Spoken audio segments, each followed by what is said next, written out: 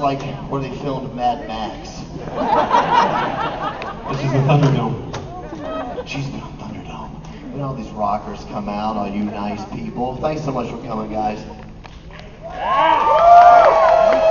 Yeah, I'm John. This is my wife, Corey. Hi. She was trying to tickle me. I didn't like it. None. There's a story, but I won. Yeah, she did. She's tough. She's small but strong.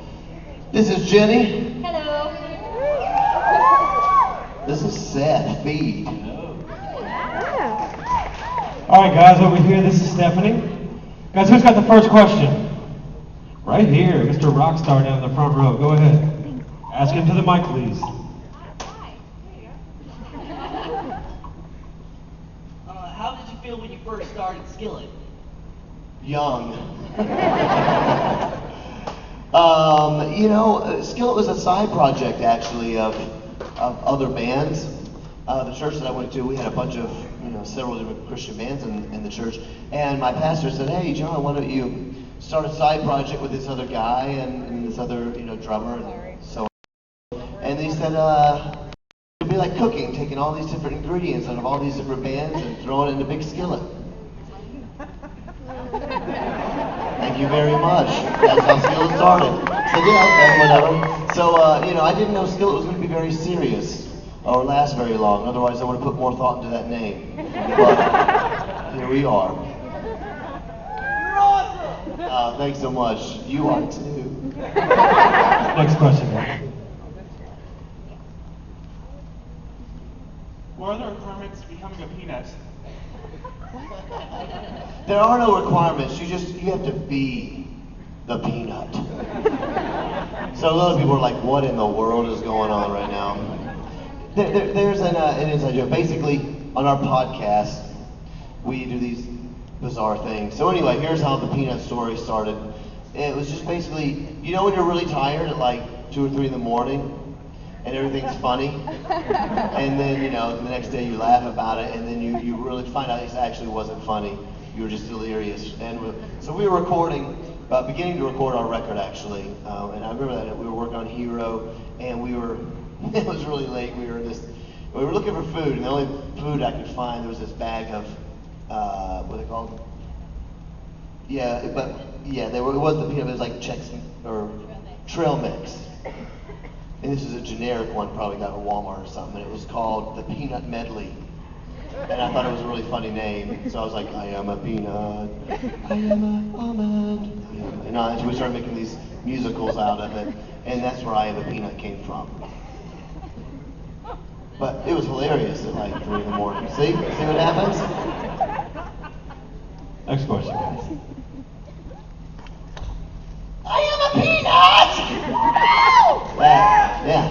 Yeah, you get real tired tonight and say it and you'll laugh. We had an opportunity to see you at Rocklahoma.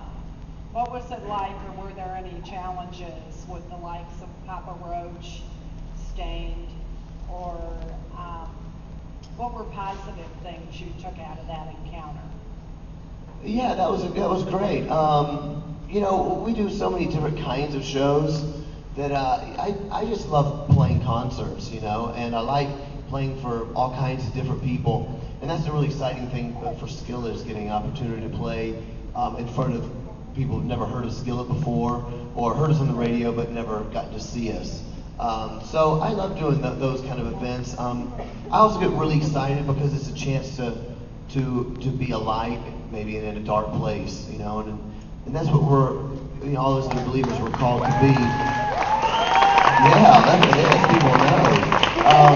Called to go out and, it's really cool. And I think the amazing thing for what I think bands like us do, and the bands you're going to see tonight, the really great thing is you don't have to say a lot about your faith in order to really to shine. Because some of the world is so dark that you shine without having to make this big thing, So I really like that. It's really fun. I guess the only challenges would be like when my kids are with me. Well, our kids tour with us all the time, and sometimes in absurd events like that, your kids have to be locked in the bus because they are things. The kids and me are locked in the bus. They're things that we shouldn't see. So that's a joke. I don't lock myself on the bus. My wife does. I'm kidding. It's a joke. I'm JKing. Come on. Anyway, she's small, but she's spicy. Don't start up. Next question, guys. Being how busy you guys are, how hard do you find it to keep personal time with the Lord out on the road on tour? I actually couldn't see who asked that. I want to. Oh, there you are. Okay, I see Stephanie. I got it. I'm just gonna keep talking. That's what I do best. Definitely. I think that most of us know, in theory, that the Christian life is not about Sunday morning. And being a part of the church isn't even about Sunday morning. That's when you fellowship with your brothers and sisters and you hear the word and whatnot. But the true Christian life has to be an everyday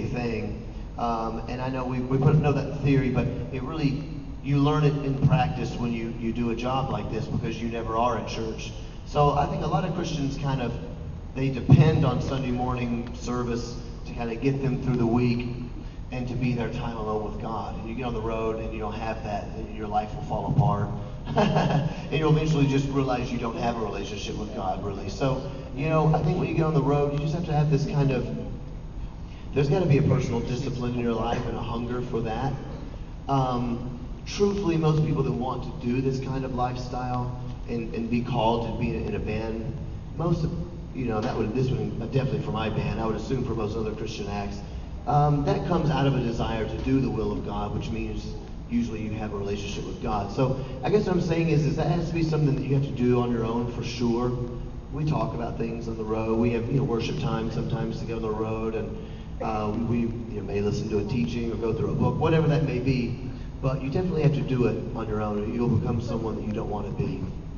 Because being a rock star is the absolute opposite than being a Christian. Because being a rock star, it's all about me all the time. Feed me, take care of all my stuff. And then being a Christian is designed to serve the world, so serve people and serving God. So anyways, it's a hard thing, but you learn to do it on the road. Probably be good for all Christians to go on the road for a month and realize they need to have a quiet time every now and again. I'm an assistant leader of an ecumenical youth group, and in that youth group we've got drama teams coming out of it, and we now have bands starting out of it.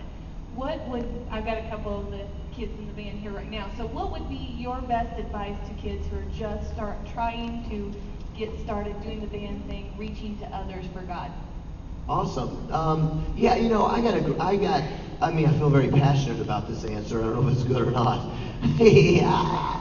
But I will tell you, this is what I feel really passionate about, because I meet, a lot of people in Christian music that they have all kinds of different callings, So God has called some people, I believe, to be in a Christian worship team. And I think God has called some people to be in a Christian band. It's not leading worship necessarily, but they're in a band. They sing songs to Christian people, and they edify the church through their music.